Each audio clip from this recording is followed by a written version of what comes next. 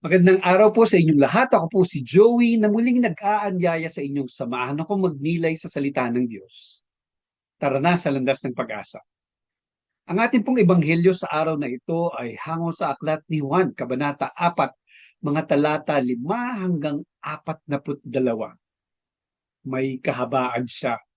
Pero merong isang ah, bagay na ah, malinaw na nag-uugnay mula sa pagbasa hanggang sa ebanghelyo. At ito ay isang bagay na napakahalaga, tubig. Di ba, narinig na natin, ang tubig ay buhay. Water is life.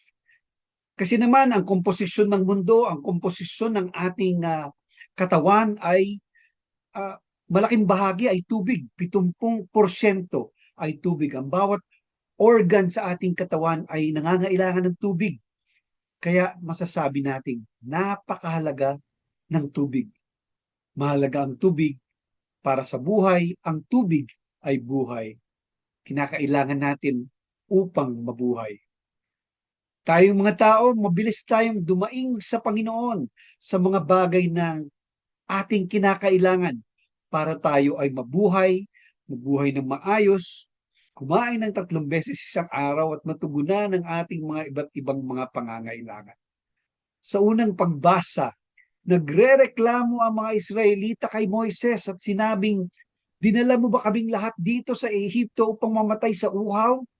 Sapagkat noon mga panahon na yon ay tagtuyot at kailangan nila ang tubig. Dumulog si Moises sa Panginoon. Sinabi niya, Panginoon, tulungan mo ako. Baka gusto na akong batuhin ng mga taong ito na sinabi mong dalin ko patungo sa lupang ipinangako. Kung kaya sinabi ng Panginoon kay Moises na magtungo sa bundok at dalhin ang kanyang tungkod na ginamit niyang panghampas sa tubig na naghawi ng dagat. At ito sinabi ng Panginoon, ipalo niya doon sa malaking bato kung saan magbubukal ang tubig na maaring inumin ng mga tao. Sa madalit salita, tinugunan ng Panginoon ang panaghoy, ang reklamo, ang paghingi ng mga tao ng solusyon sa kanilang pagkauhaw at binigyan ng tubig. Sa Salmo ay sinasabi naman na, if today you hear His voice, harden not your hearts. Kapag narinig mo ang tinig ng Panginoon, huwag mo nang salugatin, ang Panginoon ay iyong dinggin. Sapagkat hanggang sa Ebanghelyo, matutungayan natin ang sinasabi ng Panginoon na tayo ay hindi nabubuhay lamang sa tubig, kundi ang mas mahalagang tubig ay ang tubig na nagbibigay ng buhay na walang hanggan. Sa ikalawang pagbasa, sinasabi doon na minahal tayo ng Panginoon, ibinigay niya ang kanyang buhay, inialay niya para sa ating kaligtasan kahit nung tayo ay mga makasalanan pa. At maiugnay natin ito pagdating sa Ebanghelyo sapagkat sa balon ni Jacob ay nagpahinga si Jesus, pumunta siya doon ng katanghaliang tapat. Eksaktong-eksakto, pumunta ang isang babaeng Samaritana.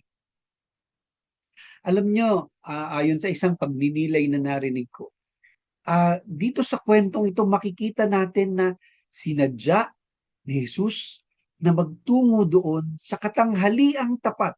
Isang oras na hindi talagang panahon ng pag-iigib ng tubig.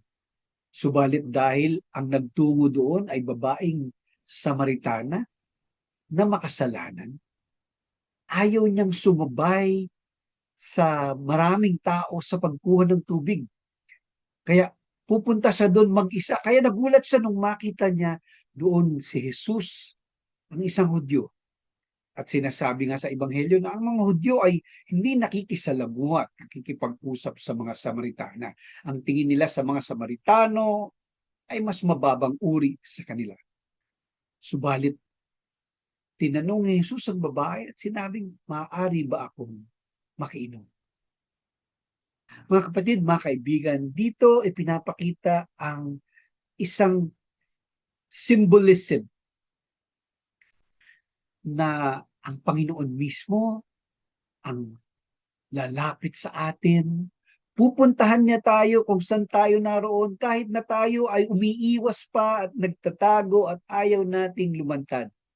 Kagaya ng babaeng Samaritana na nagtungo sa balon ni Jacob sa oras ng katanghaliang tapat. Sapagkat itong mga pagkakataong ito ay ang Panginoong Jesus mismo ang lalapit sa atin. Tatawagin tayo, bibigyan tayo ng pagkakataon upang tayo ay maligtas. Aalokin tayo ng tubig na hindi makakapawi lamang ng pisikal na pagkauhaw, kundi ang tubig na magbibigay ng buhay na walang hanggan. Bakit walang hanggan? Sapagkat sabi niya, ito ay bubukal sa ating mga puso. Ano ba sa palagay ninyo ang tubig na nagbibigay ng buhay na magbubukal sa ating mga puso? Hindi ba walang iba kundi ang banal na Espiritu Santo ng Diyos, ang kanyang banal na salita na kapag naipunla sa ating mga puso, sa ating mga isip, natanim sa ating buhay at sa ating pamumuhay, magbabago ang buhay natin.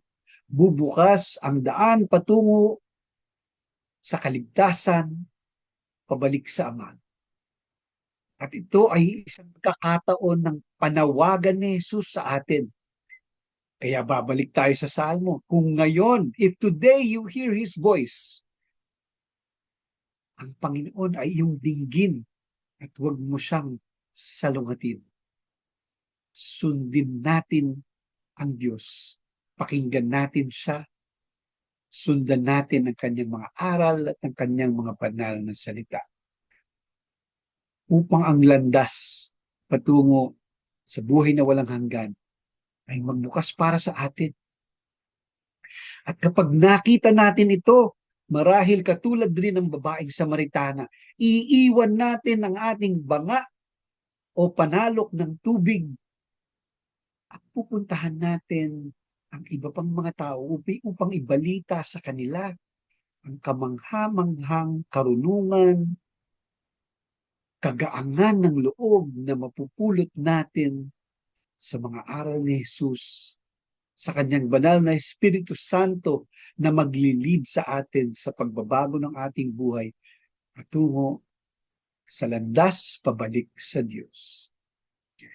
Ngayong panahon ng Kwaresma, panahon ng pagninilay, pagtingin sa ating kalooban at pagbabago ng ating buhay. Tinatawagan tayo ng Panginoon. Sana ay pakinggan natin siya. Let us not harden our hearts, but buksan natin ang ating puso, ang ating mga tenga, ang ating isip. Pakinggan natin siya. Sa mga panahon na ito, nagkakaroon ka ba ng pagkakataon na tumahimik sandali, mag-reflect, at tignan ang buhay nating tinatahak?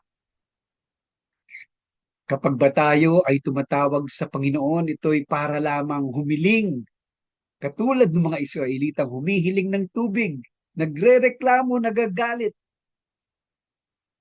sapagkat sinabi nilang, dinala mo ba kami dito para pahirapan lang?